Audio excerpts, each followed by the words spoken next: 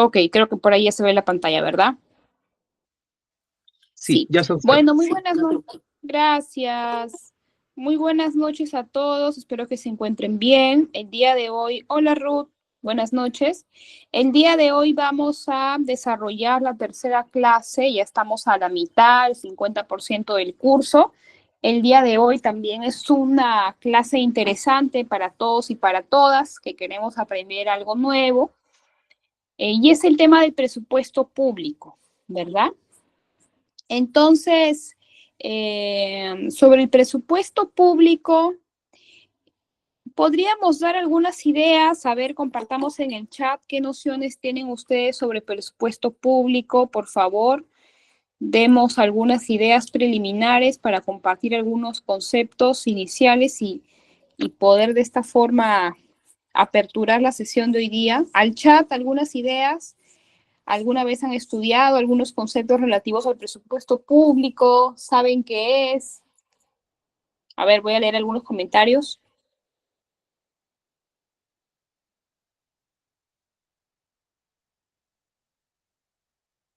O de repente, ¿por qué creen ustedes? A ver, correcto, ¿no? Raúl dice un concepto importante, planificación, planeación, ¿no? Para hacer un correcto uso de un dinero público, ¿no? Evidentemente el presupuesto público es o proviene de fuentes públicas, ¿verdad? De ingresos públicos. Ahora, ¿por qué es importante tener un presupuesto? Porque nos permite planificar. ¿Qué más? Nos permite tener un control. ¿Qué más? Nos permite tener un registro, ¿verdad? Un registro de los ingresos, los egresos, que te van a permitir tener a ti un rango, una estimación, ¿verdad? Y por supuesto priorizar, ¿no? Priorizar tus intervenciones. A ver, Ruth dice, es un documento financiero del Estado, correcto. Milagros dice, la asignación de recursos para el desarrollo de las actividades de las instituciones del Estado. Recursos que administra el gobierno, nos dice Jesús. Ariana nos dice como un libro diario. Bueno, cada uno de ustedes tiene razón, ¿verdad? Porque en realidad el presupuesto público es un tema bastante amplio, ¿no? Es un tema complejo.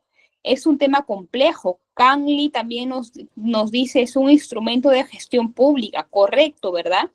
¿Por qué es un instrumento, Clandi? Porque es una forma, es una manera, es una herramienta que permite controlar la inversión, controlar las obligaciones, controlar los flujos de ingreso y de salida del dinero público, ¿no? Evidentemente el presupuesto público es un área muy compleja, es un área muy sensible, y es un área que tenemos que tener especial atención, ¿verdad? Sobre todo si en algún momento alguno de ustedes llegase a trabajar, así sea en una entidad local, pequeña, pero que esté vinculada al presupuesto público, hay que tener el doble de cautela, ¿verdad? El doble de precaución y también el doble de responsabilidad. Porque como ya lo conocemos, existen muchos delitos asociados al mal manejo del presupuesto público, ¿verdad? Por ejemplo, colusión, por ejemplo, a ver, otro ejemplo de un delito vinculado, malversación de fondos, ¿verdad? Direccionamiento, también cuando direccionan un contrato, ¿verdad? Bueno, existen muchos delitos vinculados a la administración pública y especialmente al presupuesto público. Entonces, ¿cuáles son los objetivos de la clase del día de hoy? Bueno, el día de hoy vamos a conocer los alcances y principios del Sistema Nacional de Presupuesto Público. Vamos a conocer cuáles son las etapas del proceso presupuestario y los alcances de cada una de ellas. También vamos a conocer las funciones del ente rector del sistema, que es la Dirección Nacional de Presupuesto Público, y vamos a comprender sus funciones como el órgano rector del Sistema Nacional de Presupuesto Público. Y, ¿por qué no? Vamos a revisar algunas nociones de un concepto que últimamente viene cobrando gran relevancia en el ámbito del presupuesto público, que se llama presupuesto por resultados, ¿no? Y vamos a analizar un poco su desarrollo dentro del territorio peruano. Ahora bien, hemos indicado hace un momento o hemos compartido algunas ideas generales, ¿no? Sobre lo qué es el presupuesto público. Pero también tenemos que enfatizar, que creo que es algo que ya algunos de ustedes han podido inferir, pero de todas maneras no está de más indicar, que el presupuesto público es un sistema administrativo en el Perú. ¿Cuántos sistemas administrativos tenemos, alumnos, al chat? ¿Cuántos? Número. 11. Excelente, Raúl. 11 sistemas administrativos. ¿Cuántos ya hemos estudiado? Díganme nombres. ¿Qué sistemas administrativos hemos estudiado? Si se acuerdan, a ver quién se acuerda. Hemos estudiado ya 2 sistemas administrativos. ¿Cómo se llama? ¿Cómo se llaman? Les doy una pista. El que estudiamos la primera clase se llama Sistema Administrativo de Modernización de la Gestión Pública. ¿Y cómo se llama el sistema cuyo ente rector es el CEPLAN? ¿Cómo se llama ese sistema administrativo? Sistema Administrativo de... A ver, ¿quiénes estuvieron en la clase pasada que hagan recordar de ese tema? Planificación estratégica, ¿correcto? Gracias, Henry, por tu aporte. Entonces, este sería el tercer sistema administrativo que estaríamos estudiando, Sistema Nacional de Presupuesto Público. Bueno, ya ustedes saben que este sistema es uno de los 11 sistemas administrativos del Estado. ¿Qué comprende el Sistema Nacional de Presupuesto? Bueno, comprende, como todos los demás sistemas, diversos órganos, diversas normas, procedimientos, ¿verdad? Que tienen un objetivo.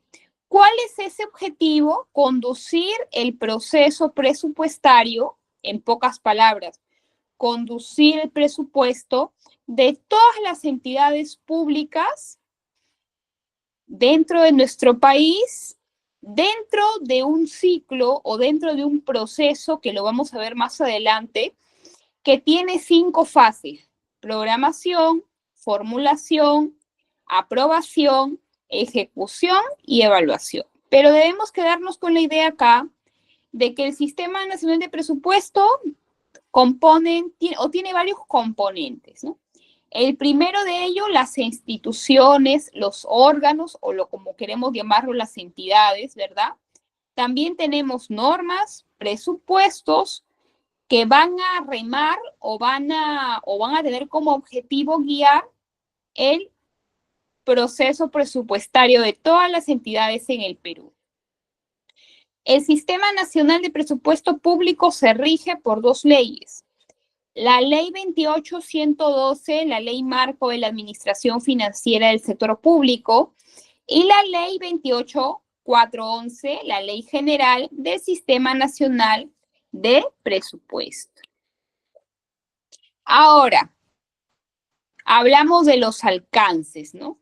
La Ley General del Sistema Nacional de Presupuesto nos dice que el alcance del sistema de presupuesto público es de un alcance nacional, regional y local. O gobierno nacional, gobierno nacional, órganos del Poder Ejecutivo. A ver, alumnos, ¿cuáles son ejemplos de órganos del Poder Ejecutivo? Ahora vamos a revisando conceptos. ¿Qué instituciones pertenecen al Poder Ejecutivo? Ministerios, excelente, muy bien. Ministerio de Educación, Salud, Agricultura, Desarrollo e Inclusión Social, Comercio, Energía y Minas, la Presidencia del Consejo de Ministros, Ministerio de la Mujer, etcétera, etcétera. Y evidentemente también la Presidencia de la República, ¿no? La Presidencia de la República como tal es un organismo. Es un organismo que también tiene un presupuesto, que también tiene servidores, que también tiene una institución, un local o como quieran llamar a la infraestructura en donde labora, ¿no? ¿Verdad? El Ministerio de Economía, evidentemente, también es un órgano del Poder Ejecutivo, Jesús. Podríamos decir a grandes rasgos, Jesús, que el Ministerio de Economía, pero vamos a ver que el Sistema Nacional de Presupuestos tiene un órgano rector, que es la Dirección General de Presupuesto Público, que no es como tal todo el mes, sino una dependencia específica del mes, ¿correcto? Entonces, no es correcto decir que el Ministerio de Economía es el órgano rector o es el quien conduce el sistema administrativo de presupuesto público, sino lo correcto sería decir que el sistema de presupuesto público es conducido por su ente rector que se llama Dirección General de Presupuesto Público. Ok, órganos del Poder Judicial. A ver, alumnos, órganos del Poder Judicial. Ejemplos. Ministerio Público, otro. Aparte de la Fiscalía, otros órganos del Poder Judicial que ustedes conozcan.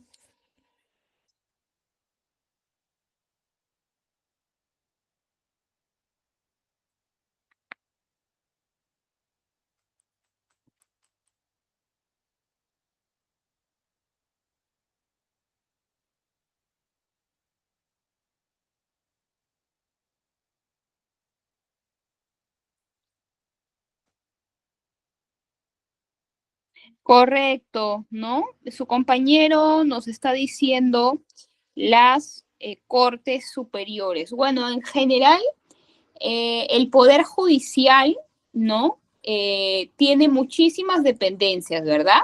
Juzgados civiles, juzgados anticorrupción, juzgados unipersonales, juzgados de paz letrado, ¿verdad?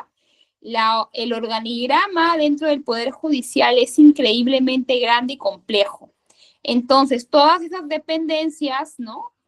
Todas esas dependencias forman parte de una misma administración o una misma institución, ¿verdad? Las universidades públicas, ¿no?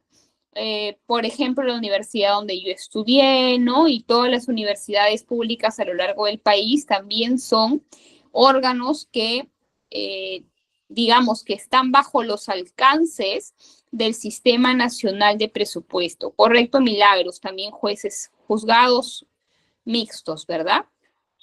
Ahora, tenemos también a los órganos constitucionalmente autónomos. A ver, ¿alguien sabe algún órgano constitucionalmente autónomo que me pueda decir al chat? Claro, el BCR, el Banco Central de Reserva del Perú, correcto. Existen varios.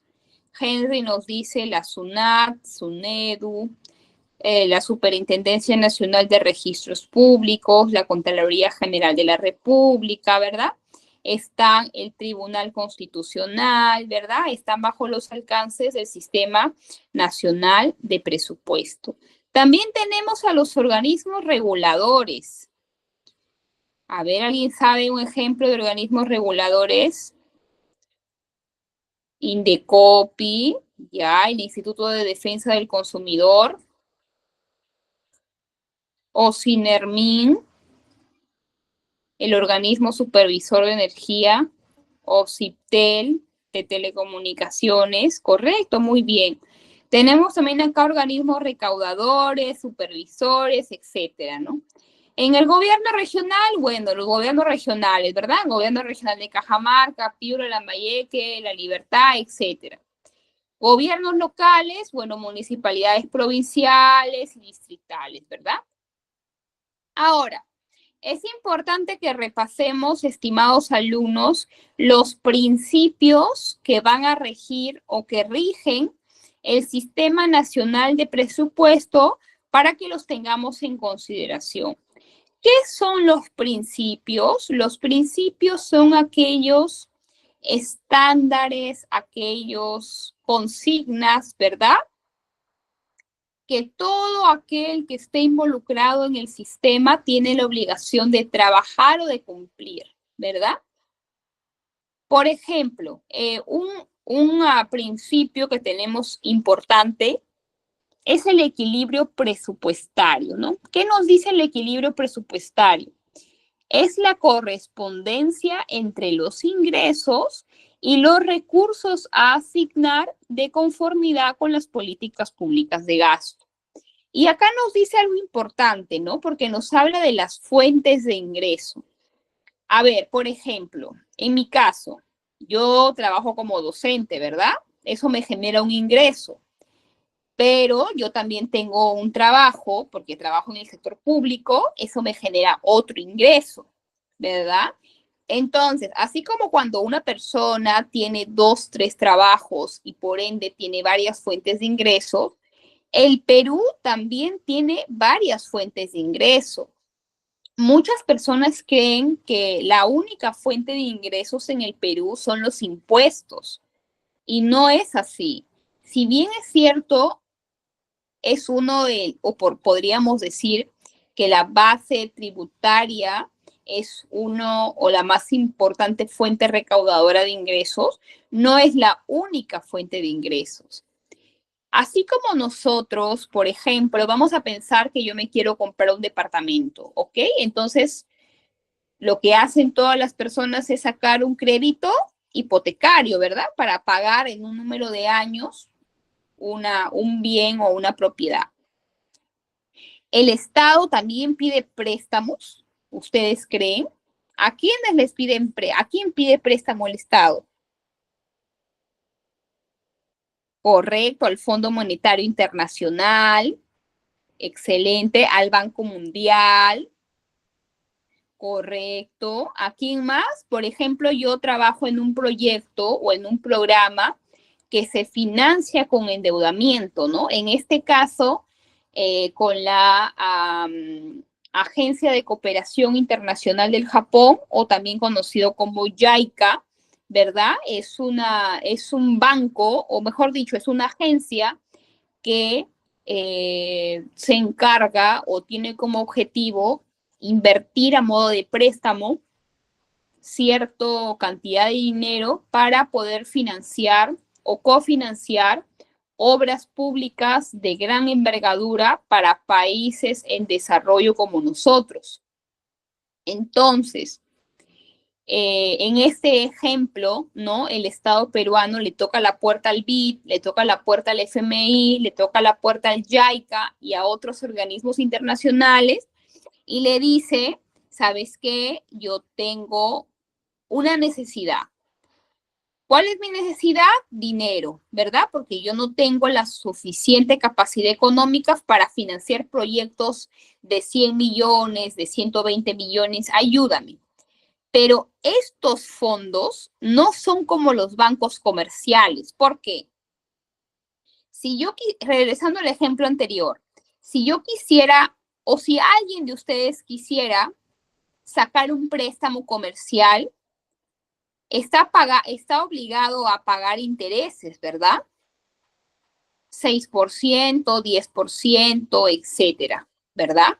¿Por qué? Porque el banco tiene un espíritu de lucrativo, de rentabilidad. El banco trabaja no para, digamos, no tiene un fin social, ¿verdad? Tiene un fin lucrativo. Te presta dinero a cambio de dinero también, a cambio de una ganancia.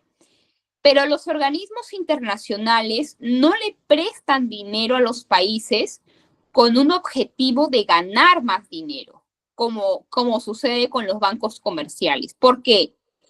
Porque cuando, por ejemplo, el JICA le prestó como 100 millones al Perú para financiar los proyectos en los que yo trabajo, le dijo, mira, tú me vas a pagar estos 100 millones en 15 años, pero la tasa de interés es prácticamente mínima o nula.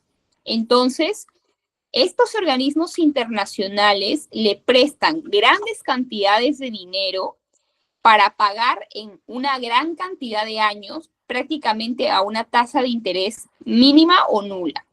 Lo que nos demuestra que el endeudamiento externo no es, por lo menos con los organismos internacionales, con fines lucrativos o comerciales, sino con fines de desarrollo, ¿correcto? Pero deben saber también que el hecho de que un proyecto público esté financiado o esté cofinanciado por un organismo internacional en la modalidad de endeudamiento también cambia un poco las reglas del juego sobre cómo se puede o cómo se va a ejecutar la obra. Me explico un poco a qué me refiero. Por ejemplo, el JICA, cuando presta dinero al Estado peruano, le dice, ok, dime primero en qué quieres invertir. ¿Cuál es tu idea de proyecto? Fundamentame la técnica, económica, socialmente. Si el JICA está interesado en cofinanciar esos proyectos, bueno, hay una gestión documentaria que hacer, pero le dice, ok, correcto, yo te voy a dar ese dinero, pero con una serie de condiciones, ¿no? Por ejemplo, que en los diversos procesos de la obra yo tengo que dar mi conformidad, ¿no? Lo que se le conoce acá como la no objeción, ¿no? O sea, tú no vas a disponer libremente de ese dinero, sino tú vas a consultarme, por ejemplo, cuando liciten la obra, si yo tengo alguna objeción con el postulante ganador, por ejemplo, ¿no?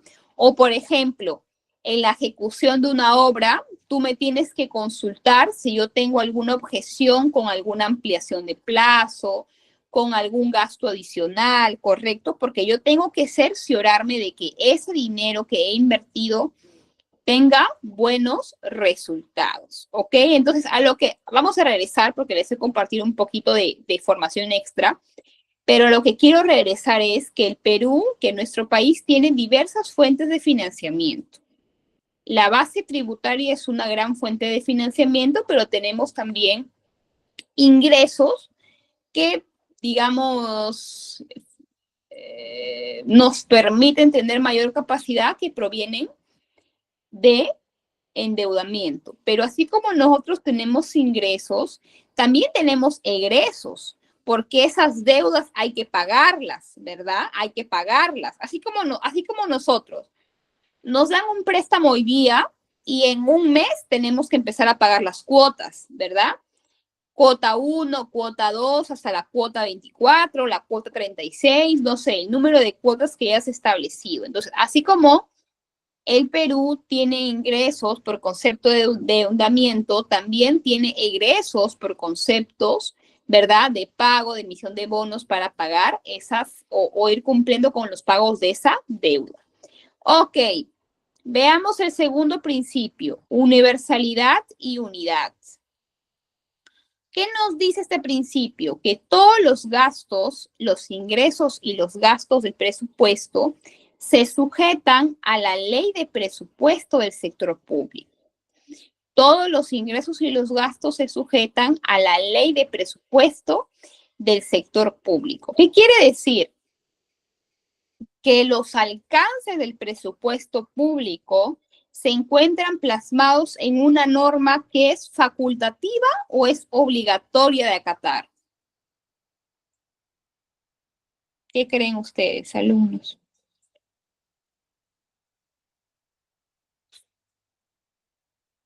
Facultativa u obligatoria de acatar. Si es una ley, evidentemente es obligatoria, ¿verdad? Ninguna ley es facultativa. Todas las leyes tienen un rango de obligatoriedad, ¿no? Entonces, los ingresos y los gastos que ahí se consignen, o mejor dicho, todos los ingresos y gastos que se consignen en las entidades tienen que corresponder a lo que está establecido en la ley de presupuesto de cada año. ¿Qué más? Tercer principio, información y especificidad. Especificidad. El presupuesto y sus modificaciones deben contener información suficiente para efectuar la evaluación de los objetivos y las metas, ¿verdad? Cuando uno sustente, por ejemplo, alguna modificación presupuestal, esa modificación tiene que estar, o esa futura modificación, tiene que estar acompañada de un informe completamente detallado, ¿verdad? Completamente detallado que sustente las razones, los argumentos, las justificaciones por las cuales necesito que aprueben un cambio en el presupuesto por un imprevisto, por una necesidad urgente, por una situación que no se vio venir, que no era posible prevenir, pero que resulta necesario para el cumplimiento de los objetivos institucionales. ¿Qué más? Exclusividad presupuestal. Bueno, evidentemente la ley de presupuesto solamente tiene disposiciones de orden presupuestal.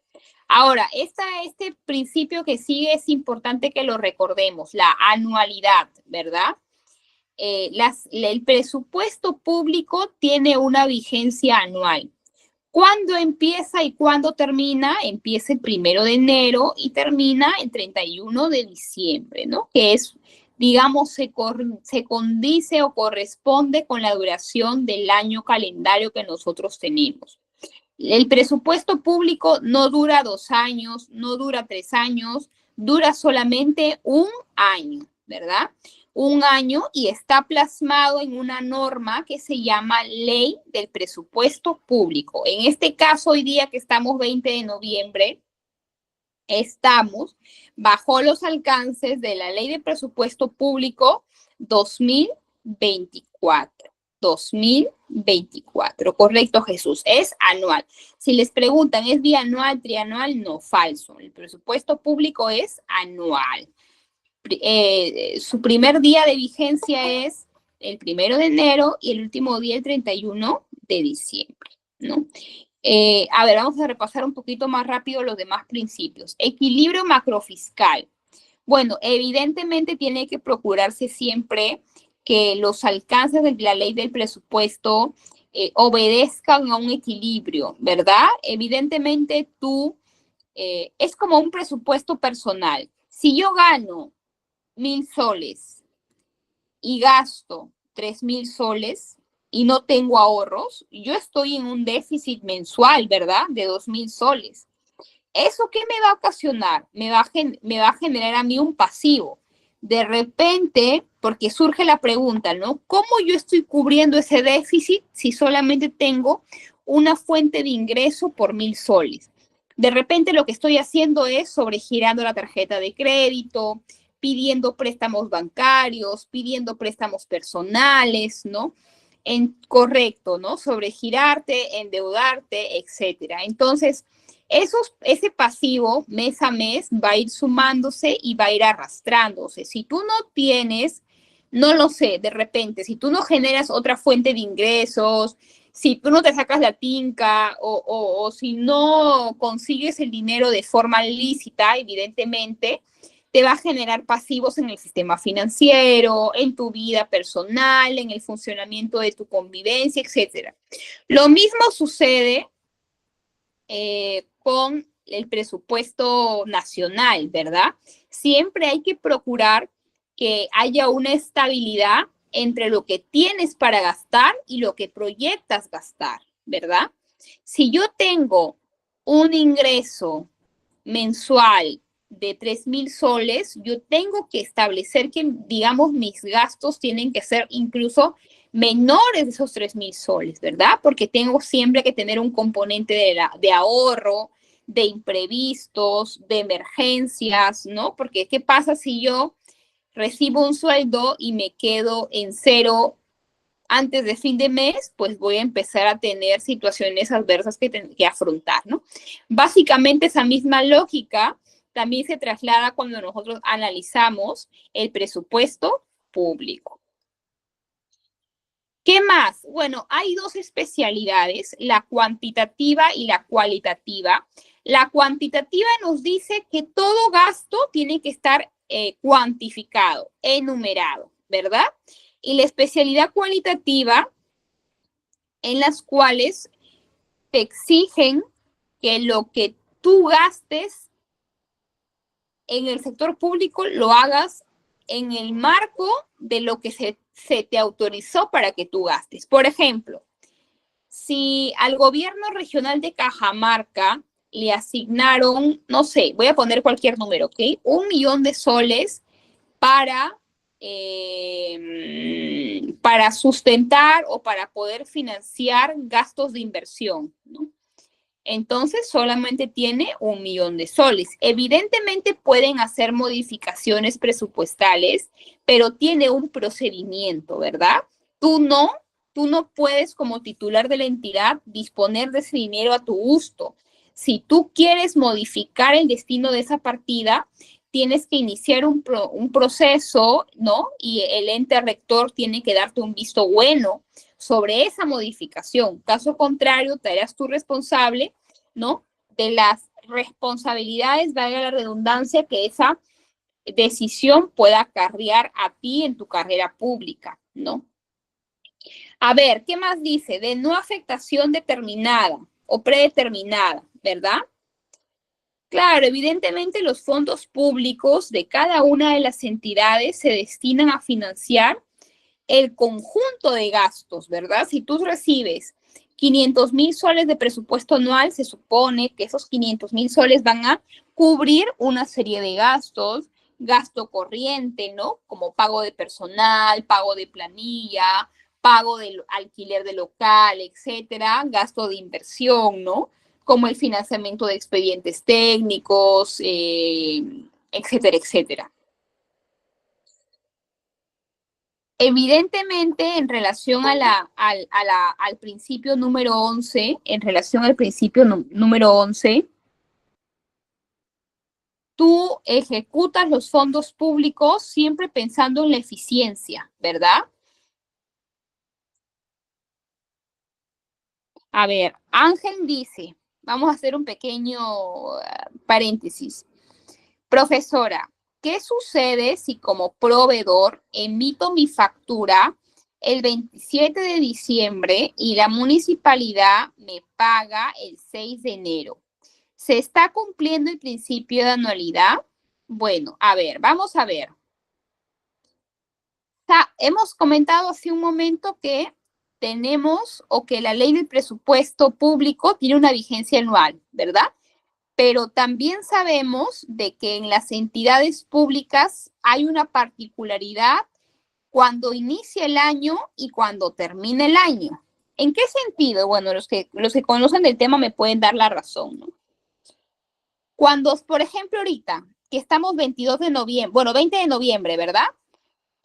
Ya nosotros o todas las entidades públicas en diciembre suelen adelantar un poco los pagos de aquellos prestadores de servicio, ¿no? Porque me imagino que el caso que usted me comenta, estimado Ángel, debe ser alguna orden de servicio, ¿verdad? Desde que emites una factura y me hablas de un pago, debe ser por una prestación de un servicio. Bueno, vamos a pensar que es así. No sé si sea el caso exacto, pero lo estoy llevando un poco al ejemplo. Ya, Ángel dice, sí, licenciada, es una orden de servicio, ya.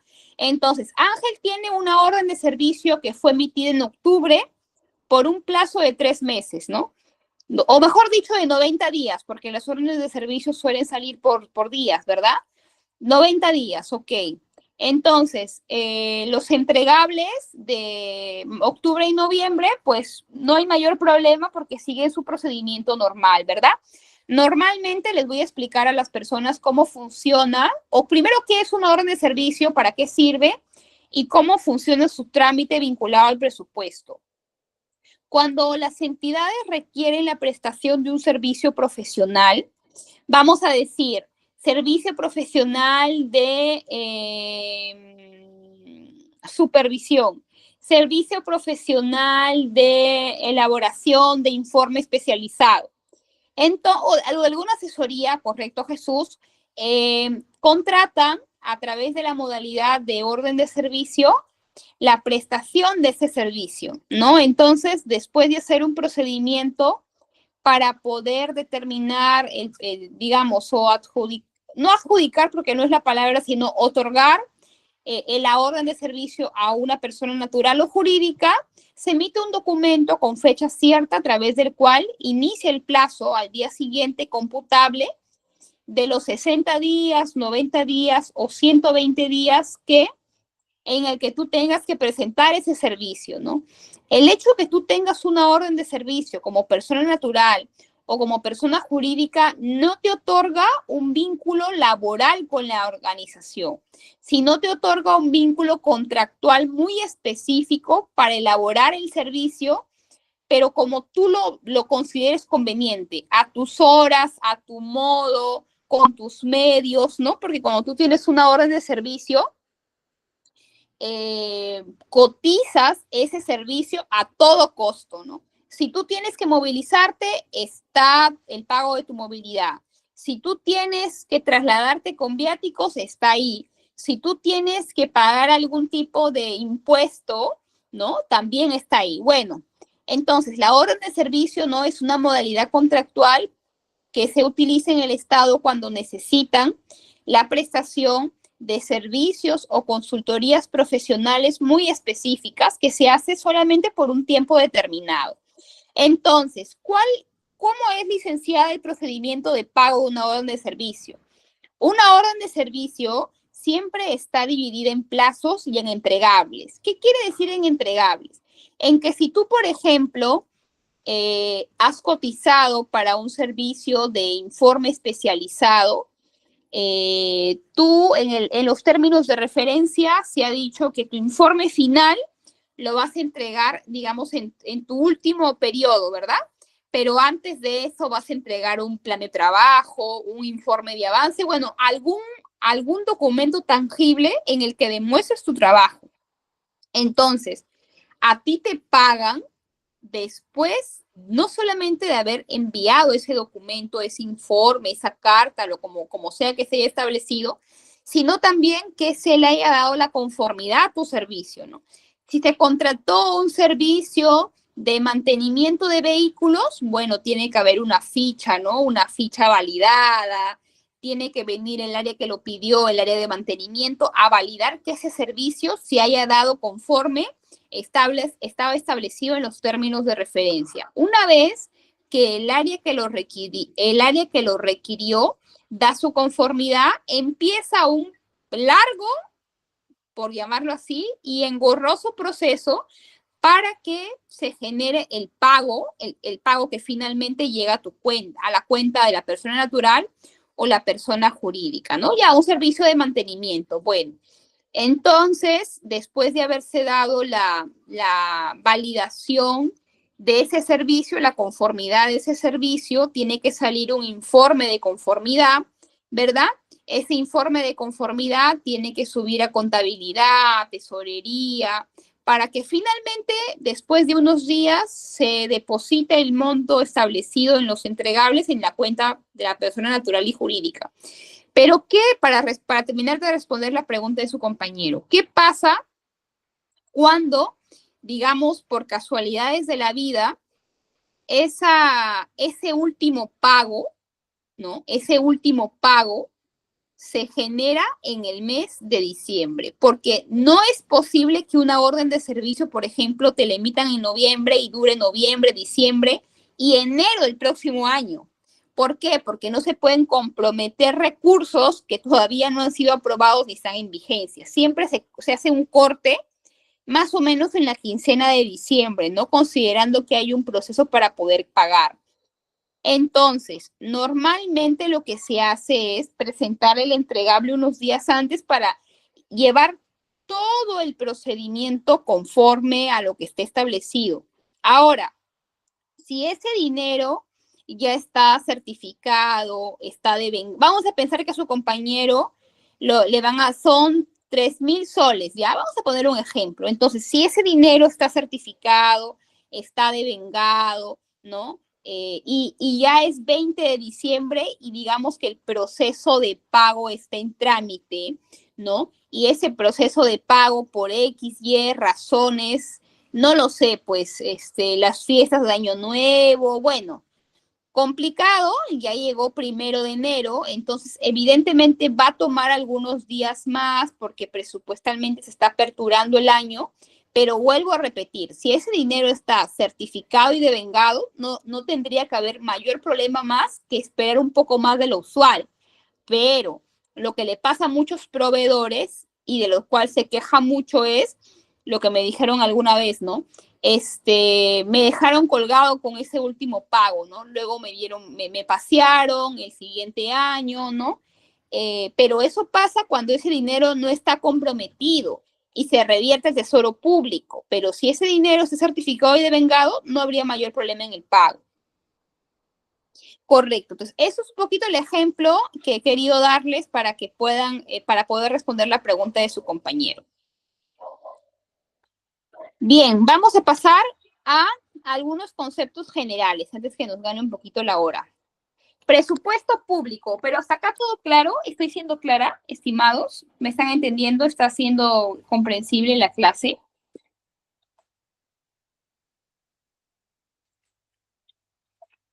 Sí, ok, bueno, confíen ustedes. Ya, ¿qué es el presupuesto público? Ya lo mencionaron muchos de sus compañeros. Es un instrumento, ¿verdad? Es una herramienta que utiliza el Estado para asignar recursos, evidentemente bajo un criterio de priorización, porque tendremos el dinero para poder solventar todas las necesidades que tienen los peruanos. Evidentemente no, ¿verdad? Porque si existiera un dinero infinito o un recurso inacabable, no existiera pobreza en el Perú, no existieran brechas sociales en el Perú, no existieran muchas falencias que existen. Entonces tenemos que partir por el principio de que el presupuesto público tiene un carácter limitativo, ¿verdad? Por lo tanto, las intervenciones que cubre ese presupuesto tienen que ser priorizadas, lo más urgente, lo más importante, lo impajaritable, lo más imprescindible debe ser cubierto por el Estado, porque como lo ha dicho su compañero Jesús, los recursos públicos son escasos, ¿no? Y evidentemente por ser escasos, se aplica en la administración de estos recursos un enfoque siempre de austeridad, ¿no? De austeridad porque estos recursos no son infinitos. Ahora, ¿qué son los gastos públicos? Bueno, es un conjunto de egresos, ¿verdad? Por conceptos diversos, gasto corriente, pago de personal, ¿verdad? Pago de local, pago de servicios, ¿no? Digamos, el pago de aquellos elementos que son indispensables para el funcionamiento de una entidad, gasto de capital, ¿no? O gasto de inversión y servicio de deuda, ¿no? Ya lo hemos dicho acá, los bonos que son necesarios que el Estado pague en cumplimiento de los acuerdos, de los contratos de préstamo que haya suscrito el Perú con anterioridad. Ahora, vamos al momento más importante de la clase. ¿Cuáles son las etapas del proceso presupuestario? ¿Cómo, digamos, cuál es el proceso que tiene que seguir para que se elabore, se debata, se apruebe la ley del presupuesto público en nuestro país? Bueno, al respecto hay que decir que el proceso presupuestario tiene 5 etapas. ¿Cuáles son esas etapas, estimados? Programación, formulación, aprobación, ejecución y evaluación. ¿Cuántas etapas son? 5. Vamos a estudiar cada una de ellas. La primera etapa, mucho ojito acá. ¿Cómo se llama la primera etapa? Programar. ¿Qué significa programar? ¿Será lo mismo programar que planificar? ¿Tendrá similitud? ¿Serán sinónimos? ¿Qué opinamos?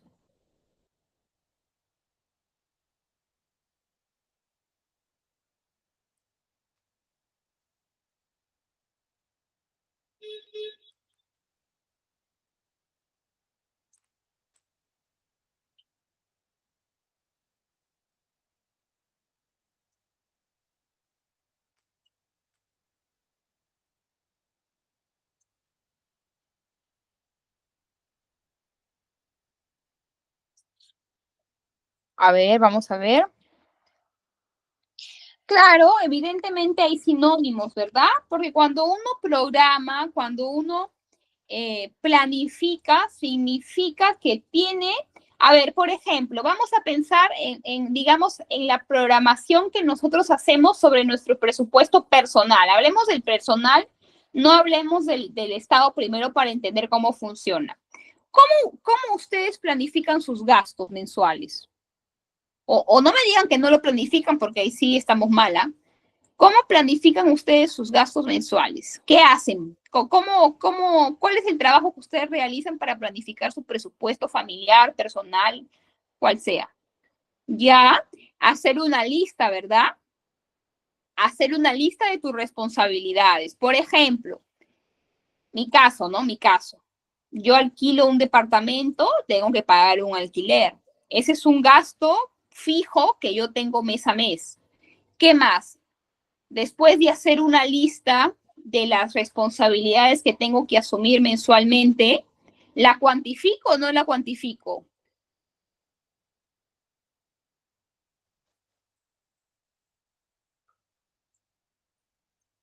Correcto, la tengo que cuantificar, ¿no? No es solamente decir yo tengo cinco responsabilidades, sino cuánto necesito para cubrir esa responsabilidad. Eso incluye gastos fijos, gastos variables, ¿verdad? ¿Cuáles son los gastos variables? Son aquellos gastos que no son los mismos mes a mes. Por ejemplo, la diversión y el entretenimiento. Uno no siempre gasta lo mismo en salidas o en comidas, ¿no? Por ejemplo, ahora que viene diciembre es un mes en donde siempre se gasta más, ¿verdad? En mi caso, porque viajo a ver a mis padres, porque tengo que comprar presentes para mis sobrinos, ¿no? Porque hago un viaje de año nuevo, ¿no? Entonces, no todos los meses tenemos gastos iguales, ¿verdad? Hay gastos fijos, ¿no? Como los servicios básicos, la alimentación, el alquiler, la gasolina, pero hay gastos variables que digamos, van a depender del mes, de tu proyección, etcétera, ¿no? Ahora, en esa lógica de cómo nosotros creamos un presupuesto, lo primero que tenemos que hacer es saber de cuánto dinero disponemos mensual, ¿verdad? Si yo tengo dos ingresos que me suman 1,000 soles, por poner un ejemplo, entonces, digamos, el listado de responsabilidades que yo pueda asumir, evidentemente tienen que estar cerca de esos 1,000 soles, ¿no? Incluyendo el porcentaje, debe ser menor, correcto, destinando el 10 al 15% para un concepto de ahorro, ¿no? Un concepto de atención de emergencias o de contingencia. Ok, entonces, en esa línea, que ya sabemos cómo, digamos, tenemos una noción a nivel personal, ahora pensemos a nivel nacional, ¿no? Cuando las entidades van a planificar o programar su presupuesto, en realidad hacen un trabajo similar al que nosotros hacemos personalmente, pero a gran escala y de una forma más técnica, ¿verdad? ¿Por qué? Vamos a pensar que yo soy rectora de una universidad, ¿ok? Yo soy rectora de una universidad. Entonces, yo tengo que programar mi presupuesto para el próximo año 2025. ¿Qué gastos creen ustedes o qué variables creen ustedes que tiene o que debería tener el presupuesto de una universidad? ¿Qué conceptos, qué gastos hay para mantener a flote una universidad pública, ¿no? Evidentemente. A ver, ideas. Ya, el mantenimiento de la infraestructura, ¿verdad? Correcto. Yo necesito pintar toda la universidad y refaccionar tales facultades, eso tiene un monto, ¿verdad? ¿Qué más? Hay un gasto corriente porque yo tengo profesores universitarios nombrados, tengo profesores universitarios a tiempo parcial, ¿verdad? tengo profesores universitarios en investigación. Entonces, yo tendré que pedir un informe de cada unidad para saber cuál es el número de docentes, cuál es su régimen laboral. También tengo que hacer una cuantificación, ¿verdad? Si yo tengo 100 docentes nombrados con tal régimen laboral, yo tendré que presupuestar, ¿no? Que son 100.000 soles, 200.000 soles, etcétera, ¿no? Los servicios, ¿verdad? Sí, claro. Por ejemplo, las universidades públicas ahora están tercerizando los servicios, ¿no? O sea, contratan una service, ¿no? Contratan un tercero que disponga de todos los recursos humanos y logísticos para poder hacer el servicio de limpieza, el servicio de cortado de césped, el servicio de mantenimiento de vehículos, etcétera, etcétera. ¿No? Henry, ya dijimos, el gasto corriente, gastos de mantenimiento, ¿verdad? También gastos de inversión. No se olviden de ese tema, porque las universidades también ejecutan proyectos de inversión. Por ejemplo, cuando hacen un laboratorio, cuando construyen una facultad, ¿con qué dinero creen que se hace?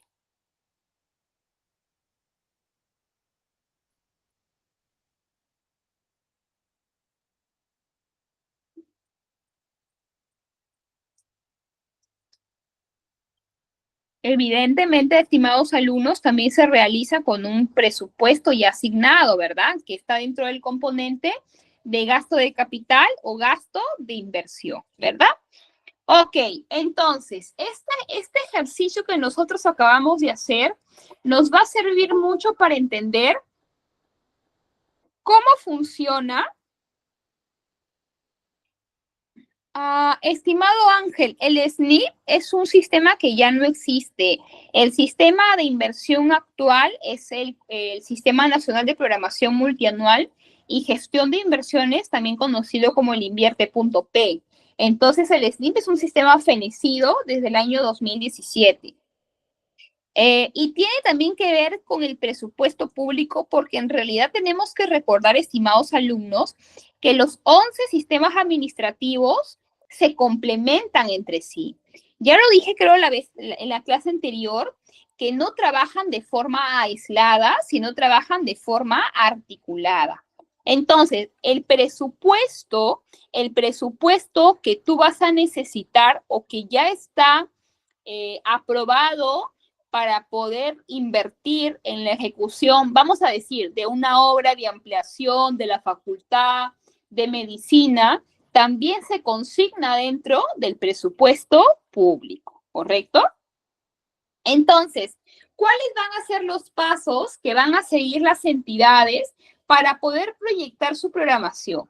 Evidentemente tienen que definir cuáles son sus objetivos y sus prioridades, ¿verdad? Cuáles son sus metas, cuánto necesitan, 1 millón, 2 millones, 3 millones en la demanda total y global del gasto y evidentemente la asignación presupuestaria total.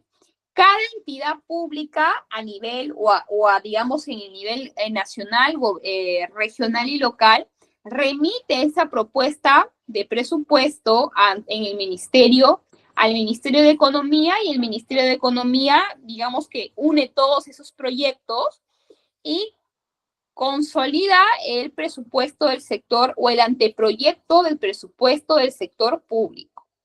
Ahora, en la segunda etapa, que es la etapa de formulación, se determina la estructura del pliego y las metas dependiendo de las prioridades, ¿correcto? Y evidentemente también de las fuentes de financiamiento. Para no complicarnos mucho con esta segunda etapa, deberíamos decir que en la etapa de formulación se trabaja el presupuesto ya de una forma más técnica. Por ejemplo, si yo he recibido el consolidado de presupuesto de todas las entidades en el Perú, vamos a suponer que son 200, ya. Vamos a suponer que son 200 y que suman 1.000 millones, ¿no? Entonces, ya va a tocar ordenarlo y organizarlo, ¿no? ¿De qué fuente de financiamiento va a provenir? De la base tributaria, del endeudamiento público, de las donaciones, etcétera, ¿no? Es, por ejemplo, yo tengo gasto fijo alquiler, ¿no? ¿De qué fuente de ingreso voy a pagar yo ese gasto? ¿Lo voy a pagar del sueldo que gano como docente o del sueldo que gano como especialista en tal entidad pública, ¿no? ¿Cómo lo voy a dividir? De repente, solamente voy a usar para financiar mis gastos el sueldo que recibo como especialista y todo lo que reciba como docente lo voy a utilizar para el ahorro, ¿no? No lo sé, es una idea que también a un nivel mucho más macro empieza a trabajar el ministerio para poder decir, primero, de dónde y segundo, si alcanza también, ¿no? La base que se tiene para poder financiar.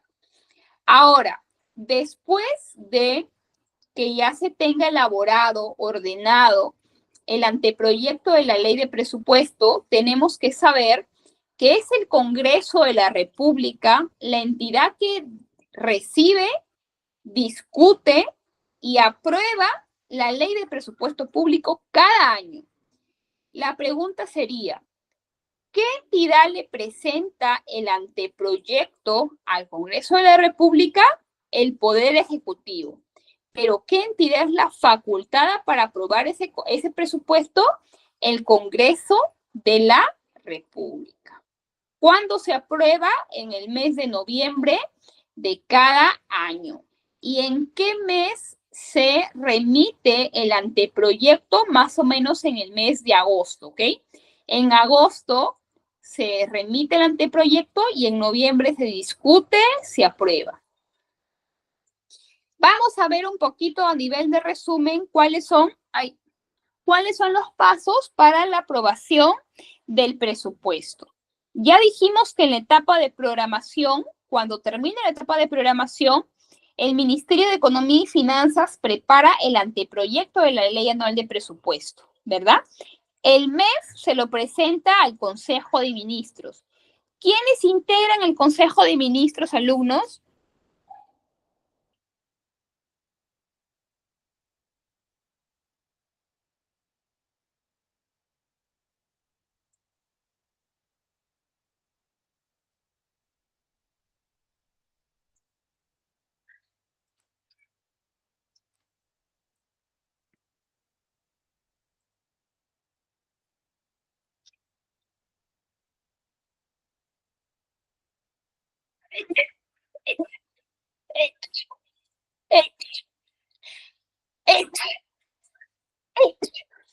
Ay, disculpen, sufro de alergia.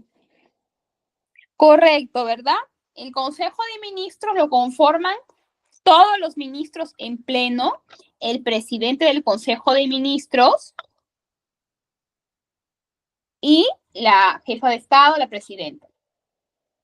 Entonces, ese Consejo de Ministros remite el anteproyecto el proyecto de ley ya al Congreso para que pase primero a una comisión que se llama. Todos los proyectos de ley en el Perú van directamente al Pleno o primero se analizan en una fase anterior que se llama, ¿cómo se llama? Comisiones, ¿no? A ver, voy a explicarles un poquito para los que no conocen un poco el funcionamiento. El Congreso de la República es una institución que pertenece al Poder Legislativo, ¿verdad? ¿Cuál es la función de los congresistas y cuántos congresistas tenemos? ¿Cuántos congresistas tenemos, amigos, estimados alumnos? 130, ¿verdad? Ya. ¿Cuáles son sus funciones? Son 3. ¿Qué funciones tienen los congresistas? Representar, legislar y fiscalizar. Ok, correcto. Su principal función es legislar, pero bueno. El Congreso tiene un órgano de máxima decisión que se llama Pleno. ¿Quiénes conforman el Pleno? Los 130 congresistas. Ok. Pero estos 130 congresistas se organizan en grupos de trabajo, ¿no? Grupos de trabajo son las llamadas comisiones, ¿no? Comisión de Salud, Comisión de Educación, Comisión de Transportes, etcétera, etcétera. Entonces, ¿cuál es el trámite para que un proyecto de ley sea aprobado en el Congreso? En primer lugar, se tiene que presentar el proyecto de ley, ¿verdad? Ese proyecto se presenta ante la Oficialía Mayor del Congreso. Bueno, ese proyecto va a ser derivado, ¿verdad?, a la comisión técnica especializada que le toque. Por ejemplo, si envían un proyecto de ley sobre la modificación del Código Penal, será remitido a la comisión ¿de qué comisión?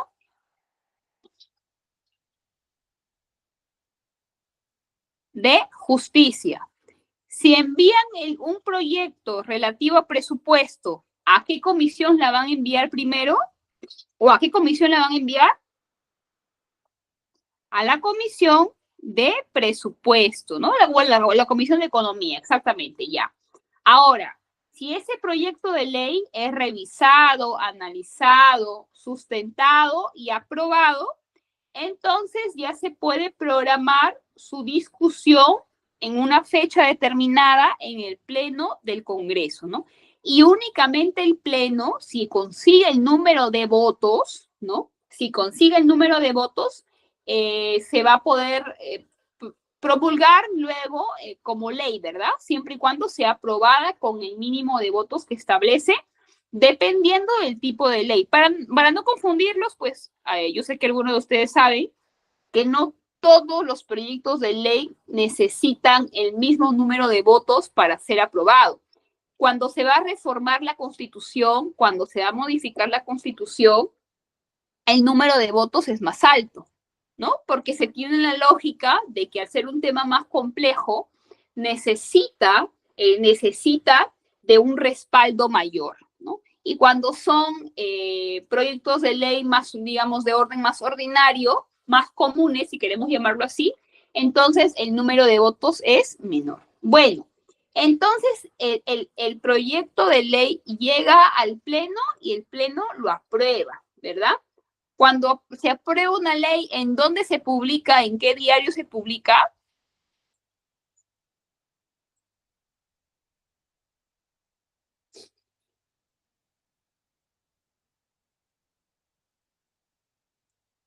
En el peruano, correcto. Muy bien, Candely.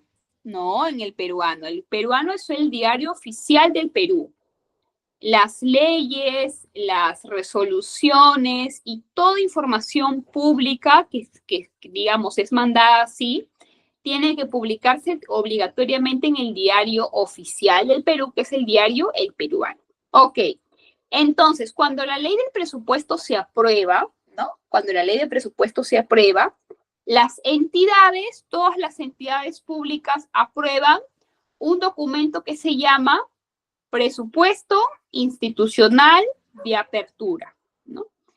Por ejemplo, si al gobierno regional de Cajamarca, en la ley del presupuesto del 2025, le asignan 500.000 soles, por poner un número, su presupuesto institucional tiene que estar en ese orden, ¿no? Tiene que estar inspirado, tiene que estar en correlación con la asignación que se le aprobó en la ley de presupuestos. Por último, el ente rector, que es la Dirección General de Presupuesto, emite a los pliegos un reporte oficial. Ahora, viene la parte más interesante, ¿no? Una vez aprobado, ya tiene que ejecutarse ese presupuesto, ¿verdad? Ejecutarse como uno quiere, no, como se le ocurrió a la jefa de presupuesto, tampoco, ¿verdad? No olvidemos los principios que rigen el sistema de presupuesto y que establecen que los mismos tienen que respetar, primero, el monto consignado a la entidad y también el destino para el que fueron consignados, ¿verdad? Si yo quiero hacer una modificación, lo vuelvo a repetir, lo puedo hacer, pero siguiendo un procedimiento establecido. Y esta es una etapa importante, estimados, la etapa importante de evaluar, ¿no? De evaluar los resultados obtenidos. Si yo cuando yo programé tenía metas, Yo quería ese presupuesto para cumplir con mis metas institucionales. Por ejemplo, en el caso de la universidad, yo solicité 1 millón de soles en las cuales tenía 3 proyectos de inversión para aperturar una nueva facultad, para ampliar laboratorios. Entonces, como tengo más laboratorios, voy a poder sacar a concurso más plazas para poder admitir a más alumnos en la universidad. ¿Qué quiero decir con esto? Que tenemos que, a finalizar cada año, institucionalmente evaluar si se cumplió, por qué no se cumplió, qué pasó, qué funcionó mal, qué se ejecutó mal, o hacer un análisis técnico profundo que permita ajustar, ¿no?, a esas falencias, porque nada es perfecto, ¿no? Todo es perfectible, que nos lleva a tener un mejor rendimiento del presupuesto. Ahora, ¿cómo es un presupuesto? Vamos a ver. Ay, no sé si se está compartiendo, pero déjame ver. Ah, sí, un ratito.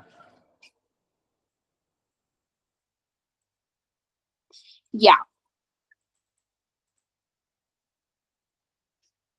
En sus pantallas ustedes pueden ver la ley del presupuesto del sector público para el año fiscal 2024, o sea, el que está vigente todavía hasta el día de hoy. Vamos a ver a cuánto asciende el presupuesto. Ven ustedes este cuadrito, si lo ven, ¿verdad? Nada más y nada menos que 240.806.216.645 soles. 240.000 millones de soles es el presupuesto asignado o el presupuesto público para este año. Pero como todo presupuesto, ¿verdad?, está, digamos, destinado a los gobiernos, al gobierno nacional con 153.000 millones, los gobiernos regionales con 52.000 millones, los gobiernos locales con 34.000 millones. Por ejemplo, en los gobiernos locales está descrito el gasto corriente, ¿no? Gasto corriente, ya dije que es, ¿no? Pago de planillas, local, etcétera, 19.000 millones, ¿no? Gasto de capital o gasto de inversión, 14.000 millones, ¿no? También, evidentemente, el servicio de deuda. Entonces, como ven, la ley de presupuesto es un documento complejo, ¿no? Es un documento complejo en el que se establecen también algunas prohibiciones, ¿no? En el que se hace referencia a algunos detalles alrededor del presupuesto. Entonces, yo los invito a revisarlo para que puedan tener un mayor conocimiento respecto de este importante tema. Ahora sí, veamos.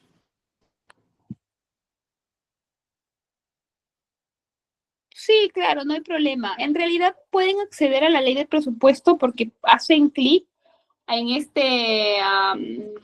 en este apartado, hacen doble clic y es un link que ustedes pueden descargar, sí. Ok. Revisemos un apartado importante que es el ente rector. ¿Cómo se llama, estimados alumnos, el ente rector de la Dirección Nacional, o perdón, del Sistema Nacional o el Sistema Administrativo de Presupuesto Público? La Dirección General de Presupuesto Público, o también conocida como DNPP. Tiene funciones, vamos a repasar algunas de las funciones del órgano rector. Programa, coordina el proceso presupuestario, promueve el perfeccionamiento de la técnica presupuestaria, elabora el anteproyecto de la ley de presupuesto, emite opinión técnica autorizada en materia presupuestaria, emite directivas y desarrolla otras funciones asignadas por el viceministro de Hacienda. Como ustedes podrán ver, la Dirección General de Presupuesto Público tiene funciones de asesoramiento, de asistencia, como el de emitir opinión, tiene función normativa, como la de emitir directivas, normas complementarias, tiene una función también gestora, porque se encarga de coordinar, programar, dirigir el proceso presupuestario, ¿no? Entonces tiene varias funciones que se van complementando la una con la otra. Eso es lo más importante que tenemos que recordar del órgano rector. ¿Cómo se llama el órgano rector del Sistema Nacional de Presupuesto? Dirección General de Presupuesto Público.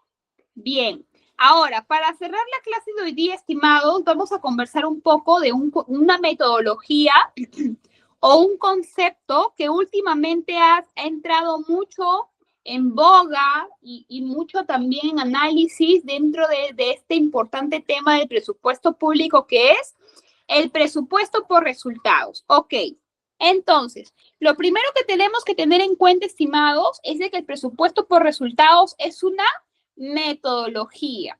¿Qué quiere decir una metodología? Una forma particular de trabajar, una forma específica de hacer las cosas, ¿no? Una manera, no es la única manera, pero es una manera aprobada, una manera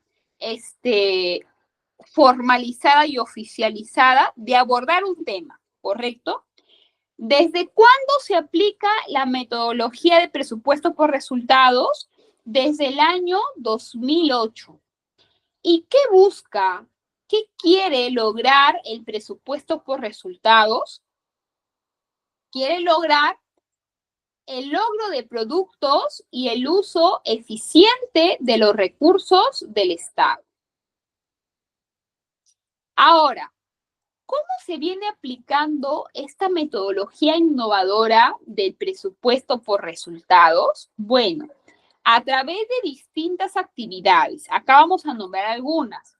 Los programas presupuestales, los indicadores de desempeño, las evaluaciones independientes y los incentivos presupuestarios. ¿Alguno de ustedes alguna vez ha trabajado en una municipalidad, en algún programa de incentivos de una municipalidad?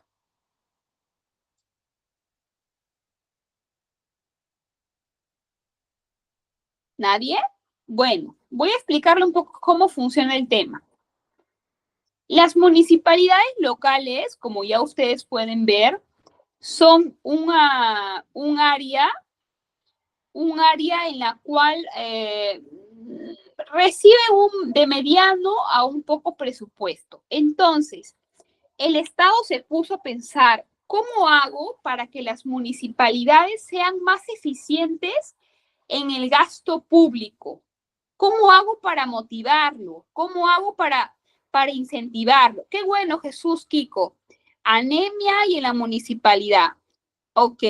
Entonces, el Estado pensó, ¿cómo hago para incentivar de que las municipalidades, con lo que yo les asigno, trabajen con más eficiencia? Y creó, en el marco de esta metodología de presupuesto por resultados, que básicamente, ¿qué quiere decir? Yo te asigno un dinero, pero tú tienes que demostrarme que lo que has logrado hacer con ese dinero ha ayudado a cerrar una brecha, a disminuir una brecha, a brindar un servicio de calidad, o sea, que ha tenido un resultado positivo en la calidad de vida de las personas.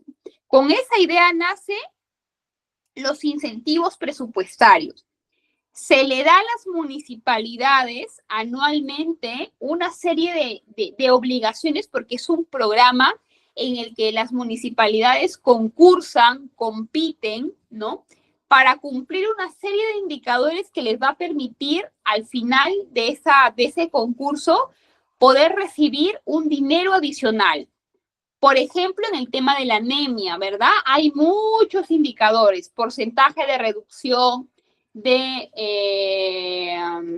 indicadores de anemia en los niños de 2 a 6 años, ¿verdad? Porcentaje de visitas domiciliarias, de seguimiento domiciliario. Hay una serie de indicadores que se crean para poder demostrar la mejor eficiencia en el cumplimiento de esos indicadores, ¿no? Y una vez que se ha evaluado esos indicadores es de que se destina una partida adicional en compensación por el buen desempeño y por el buen logro de resultados de esa entidad. Sí, yo sé, a mí me han comentado mucho que cuando uno trabaja en ese tipo de programas, en general, yo les digo, como una experiencia, hay muchos problemas en general, no solamente ahí, cuando uno trabaja en una municipalidad, hay muchos incumplimientos de pagos, falta de renovaciones porque se quedan sin presupuesto a mitad de año, ¿no? Entonces, no es lo más recomendable porque realmente pues te pagan poco, te pagan a destiempo, no te pagan, ¿no? Entonces, no es para mí un gran lugar como para hacer una carrera pública, porque tendría que ser una municipalidad grande como la Municipalidad de Lima, ¿verdad? O alguna otra municipalidad en donde las condiciones laborales sean dignas. Pero en municipalidades muy chiquitas, realmente si quieres y tienes un buen perfil profesional, no apuntas a trabajar a una municipalidad porque los pagos no son muy buenos, ¿no? O sea, no te permite sostener una calidad de vida digna. Ok, finalmente vamos a ver los programas presupuestales. Los programas presupuestales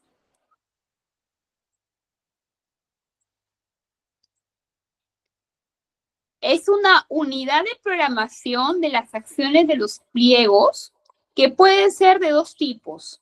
Los programas presupuestales orientados a resultados y los programas presupuestales institucionales, ¿no? Ahí ustedes pueden ver, les he dejado el link, los programas presupuestales que existen en cada entidad. Bueno, siendo las 9:17, vamos a dejar de compartir para poder pasar a la actividad del día de hoy. Y con eso cerrar la sesión. A ver, déjenme un momentito, por favor.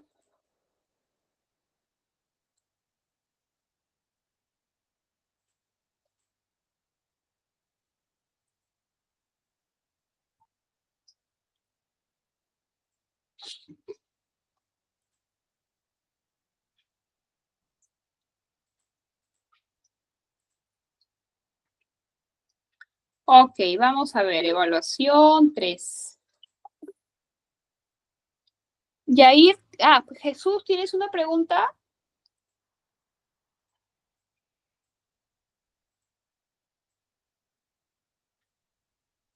Hola,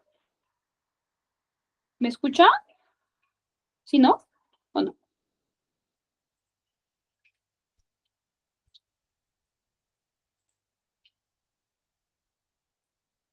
Ya, ok, bueno. Les voy a pasar el link ahorita, ¿ok?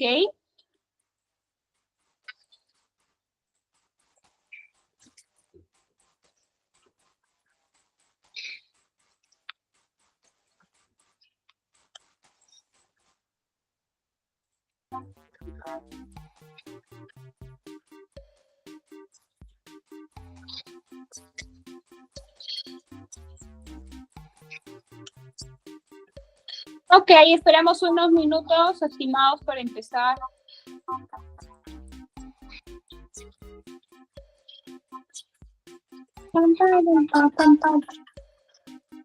Ese sonido del Kahoot me relaja, no sé por qué.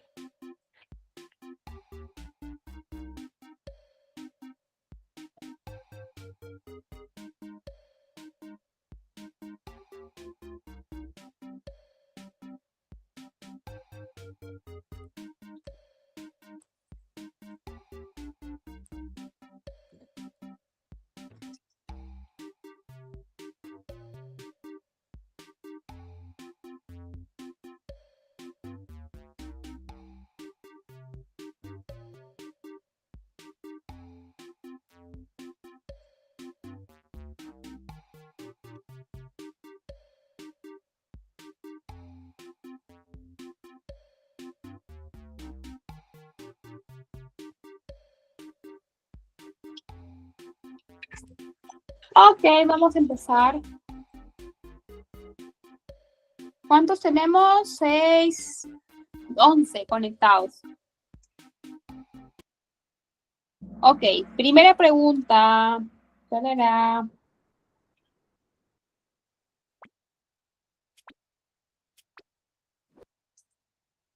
A ver, chicos, ¿el Sistema Nacional de Presupuesto Público es un sistema funcional, verdadero o falso? No se me confundan ahí, por favor. Mediten bien la respuesta, medítenla, medítenla, medítenla.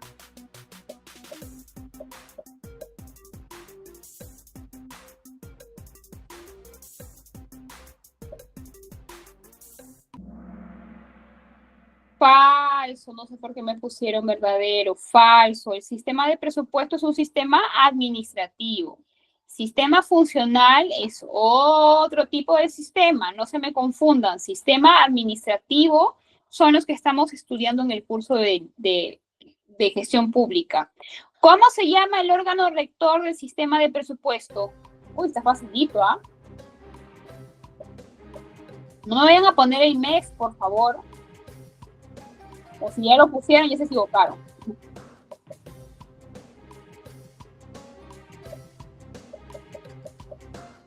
Estoy bondadosa hoy día, no sé por qué. ¿Será que es viernes? Correcto, ¿verdad? Dirección Nacional de Presupuesto Público. ¿Cuál es el principio del sistema que dice el presupuesto se destina exclusivamente a la finalidad para la que fueron autorizados? A ver, meditemos bien la pregunta.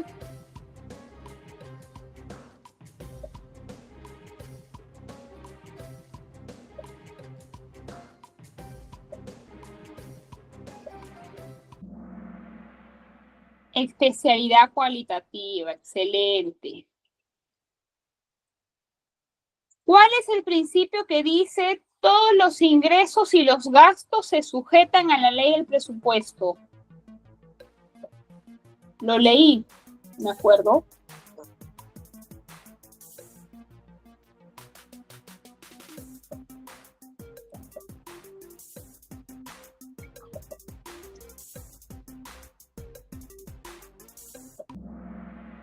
Correcto, universalidad y unidad. Sigamos, estamos a la mitad. ¿Cuál es la etapa del proceso presupuestario en donde las entidades realizan su propuesta de presupuesto? Uy, está pero a cantar de boca ahí. No se me vayan a confundir, es la primera etapa, no se me confundan.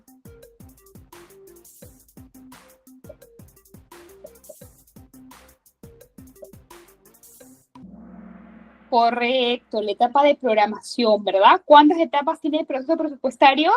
5. El Congreso es el encargado de elaborar el anteproyecto de ley, ¿verdadero o falso?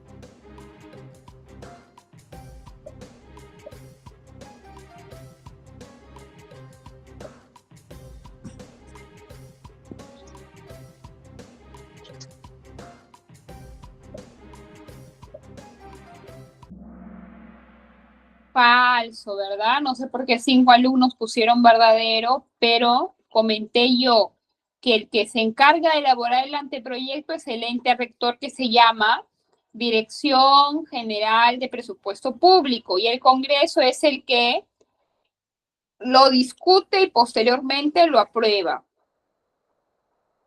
El presidente de la República envía al Congreso el proyecto de ley antes del 30 de agosto. ¿Verdadero o falso?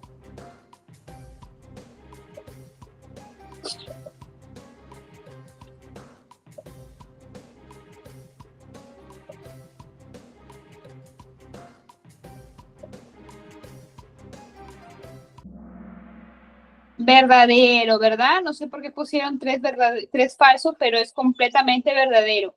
¿Y en qué mes se aprueba? En el mes de noviembre, ¿no? O sea, en este mes. Leslie va a la cabeza, Rosáisela, Sergio, Raúl y Farid están ahí cerquita.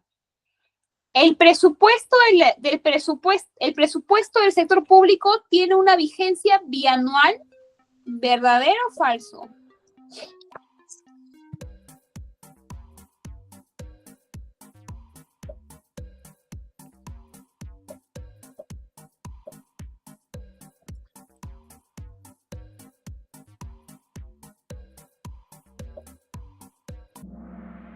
Falso, ¿verdad? Dijimos que es anual su vigencia. ¿Cómo se llama la metodología aplicada al proceso presupuestario que se implementa a través de programas presupuestales?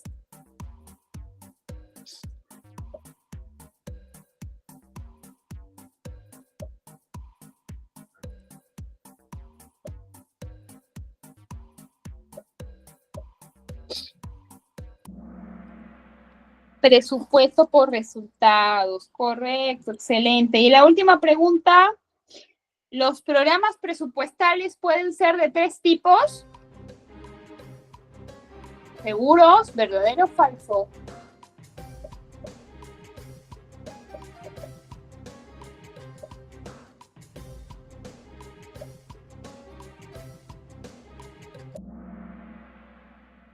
Falso, ¿verdad? Solamente de 2 tipos. Veamos el cuadro. Farid, excelente. Raúl José, muy bien. Leslie Romero, felicidades, excelente. Rosa Isela, Sergio, felicidades a todos los alumnos que han participado, excelente. ¿Hemos aprendido algo nuevo hoy día o no? ¿Cómo fue? ¿Sí? Qué bueno, me alegro mucho. No hay mejor manera de aprovechar el tiempo que aprender siempre algo nuevo. Muchas gracias por su participación. Espero que haya estado a la altura de sus expectativas. Y conmigo será hasta el día lunes. Que pasen un gran fin de semana. Un abrazo, cuídense mucho. A ustedes, gracias. Muchas gracias, estimado docente, por la sesión brindada el día de hoy. Estoy seguro que sus conocimientos van a ser de mucho provecho para nuestros participantes. Le esperamos en nuestra siguiente sesión, que va a ser el día lunes. Estoy seguro entonces que vamos a tener la misma asistencia y las mismas ganas de nuestros participantes.